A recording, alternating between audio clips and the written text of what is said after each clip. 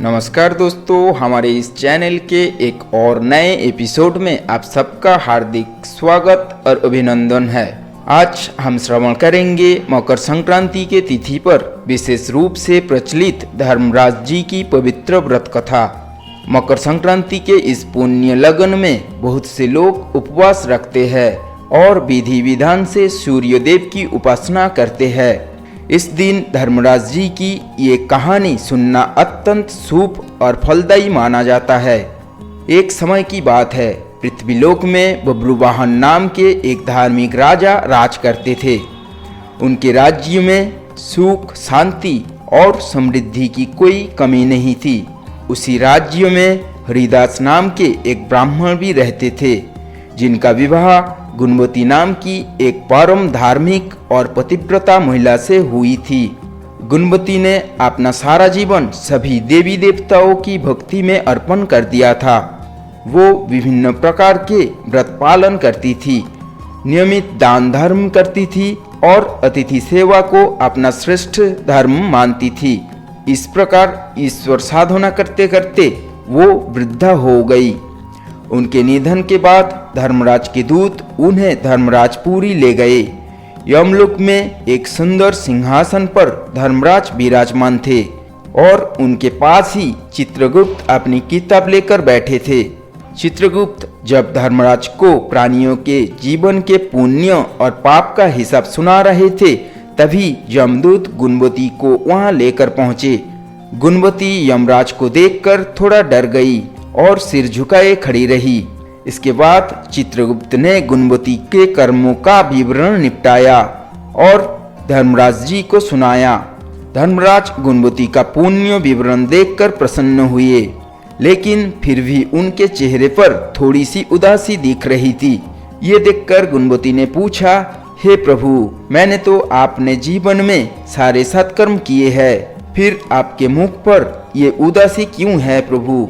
इसका कारण क्या है और मुझसे क्या भूल हुई है? धर्मराज जी ने उत्तर दिया, हे देवी, तुमने सभी देवी देवताओं के व्रत और उपासना की है, लेकिन कभी मेरी उपासना या मेरे नाम पर कोई पूजा या व्रत नहीं किया।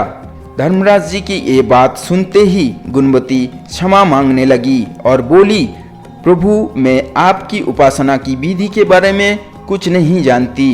कृपा करके मुझे ऐसा उपाय बताए जिसे मर्त्यलोक में सभी मनुष्यों आपकी कृपा प्राप्त हो सके। मैं आपके मुख से आपकी भक्ति का मार्ग सुनना चाहती हूँ और मेरी इच्छा है कि मृत्युलोक में वापस जाकर मैं आपका भजन करूँ और सबके बीच इसका प्रचार करूँ। धर्मराज जी तब उन्हें व्रत और भक्ति के मार्ग के बारे में विस्तार से बताने लगे।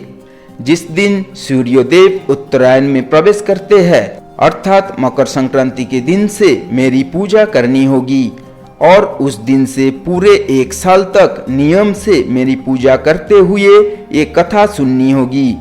मेरी पूजा करते समय भक्त को धर्म के इन 10 नियमों का पालन जरूर करना चाहिए। पहला नियम, धैर्य रखना। दूसरा, अपने मन को बस में रखना और क्षमाशील होना। तीसरा, किसी भी प्रकार का दुष्कर्म ना करना। चौथा, मानसिक और शारीरिक शुद्धि बनाए रखना। पांचवा, अपनी इंद्रियों को संयत रखना। छठा, बुरे विचारों को मन से दूर रखना। सातवां, पूजा पाठ और दान पुण्य करना। आठवां, व्रत करना और व्रत की कहानी को सुनना। नौवां, सत्य बोलना और सबके साथ अच्छा व्यवहार करना। 10वां, क्रोध का त्याग करना।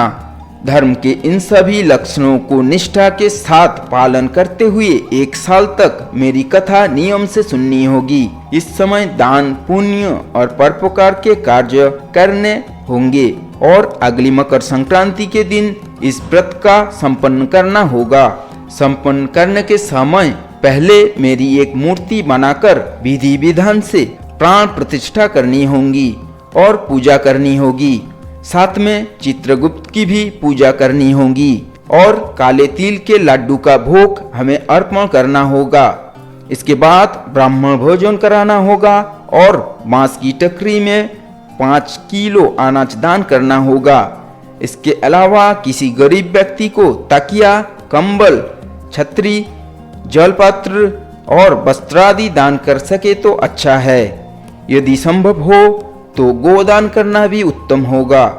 धर्मराज जी के मुख से ये संपूर्ण व्रत कथा और नियमावली सुनकर गुणवती ने फिर से प्रार्थना की, हे प्रभु, मुझे फिर से मृत्युलोक में जाने की अनुमति दीजिए ताकि मैं आपका ये व्रत पालन कर सकूं और साथ ही इस व्रत का प्रचार लोगों में कर सकूं।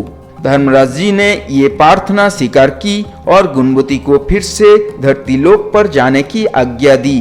पृथ्वी लोक पर वापस आकर गुणवती ने धर्मराज जी द्वारा बताए गए व्रत के सारे नियम अपने पति को बताए। मकर संक्रांति की तिथि आते ही गुणवती और उनके पति ने वो व्रत पालन शुरू किया। इस व्रत के प्रभाव से उन पर धर्मराज जी की विशेष कृपा हुई और जीवन के अंत में उन्हें मोक्ष प्राप्त हुआ।